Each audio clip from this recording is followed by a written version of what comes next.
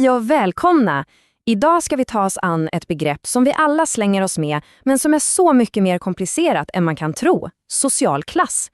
Vi ska titta närmare på hur sociologer ser på saken, från grundläggande konflikter till ett mycket mer nyanserat system av olika kapital. Okej, låt oss hoppa rakt in. Om jag frågar dig, vad är klass egentligen? Vad tänker du på då? För de allra flesta av oss så landar det nog i en enda sak. Pengar.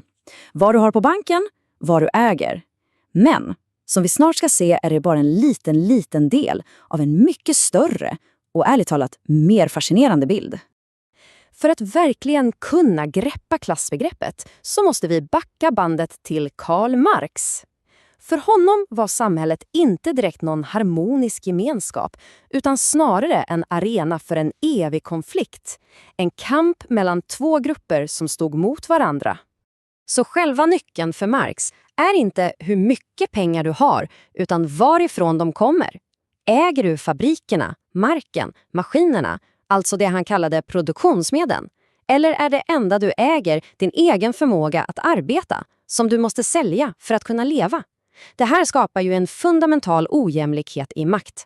Här ser vi det svart på vitt. På ena sidan har vi kapitalägarna, eller bourgeoisien, som äger allt och köper andras arbetskraft för att göra vinst. På andra sidan har vi proletariatet, arbetarklassen, som säljer sin tid och sitt slit. Enligt Marx är den här relationen inte bara ojämlik, den är per definition exploaterande, och det är själva källan till den stora konflikten i samhället. Men historien slutar ju inte där. Senare sociologer tyckte att den här uppdelningen i bara två läger, som enbart baserades på ekonomi, var lite för fyrkantig.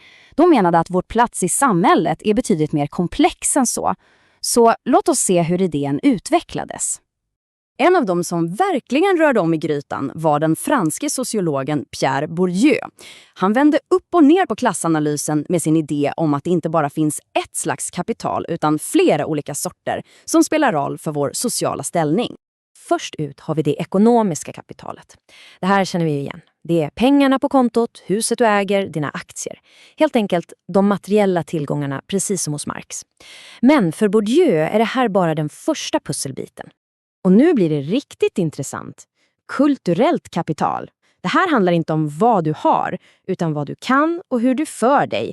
Allt från din universitetsutbildning till din förmåga att diskutera konst, veta vilken musik som är rätt och känna till de sociala koderna. Ett perfekt exempel är ju de nyrika. De kan ha hur mycket ekonomiskt kapital som helst, men saknar kanske de där kulturella signalerna som krävs för att bli accepterade i den gamla etablerade eliten. Sen har vi det sociala kapitalet. Och det här är ju den gamla sanningen. Det handlar inte bara om vad du kan, utan vem du känner. Ditt nätverk är en enorm tillgång. Det kan öppna dörrar till jobb, ge dig information och skapa möjligheter som är helt stängda för andra. Det är en konkret resurs som finns i dina relationer. Och till sist, det symboliska kapitalet. Det här är lite klurigare, lite mer abstrakt. Man kan säga att det är prestigen och statusen du får när dina andra kapitalformer blir erkända som värdefulla i ett visst sammanhang. En professors fina examen ger massor av symboliskt kapital på ett universitet, men kanske inte alls lika mycket i en helt annan miljö. Allt handlar om att bli erkänd. Och den här bilden visar ju perfekt hur allting flätas samman. Ekonomiskt, kulturellt, socialt och symboliskt kapital samverkar hela tiden.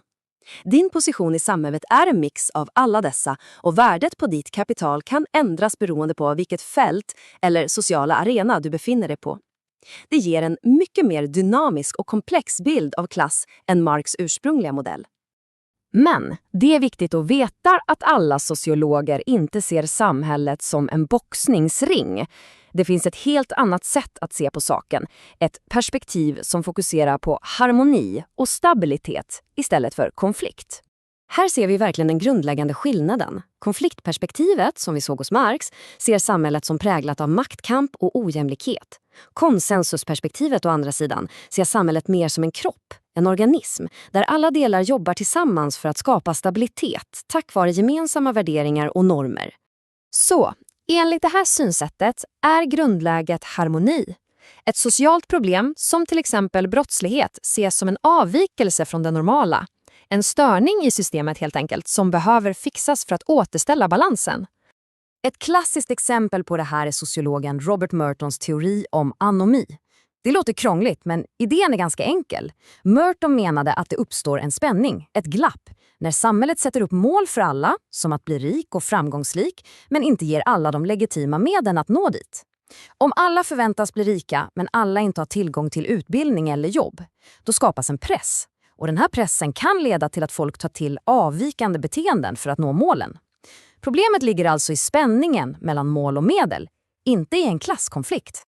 Okej, så vi har alltså två helt olika glasögon att se på samhället med.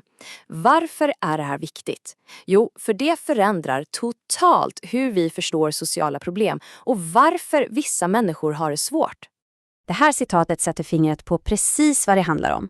Båda de här perspektiven, trots att de är olika, tvingar oss att lyfta blicken från individen.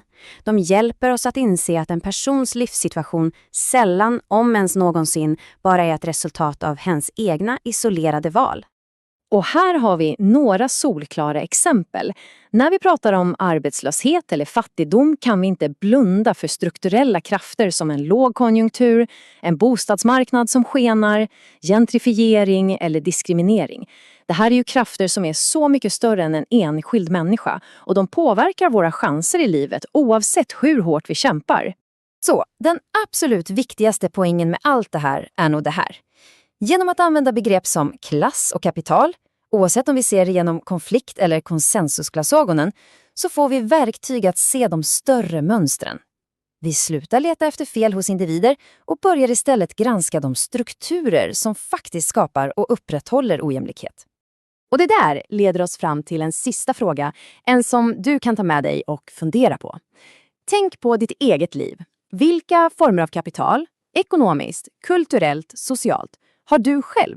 Och, minst lika viktigt, hur värderas de i de sammanhang och världar där det rör dig?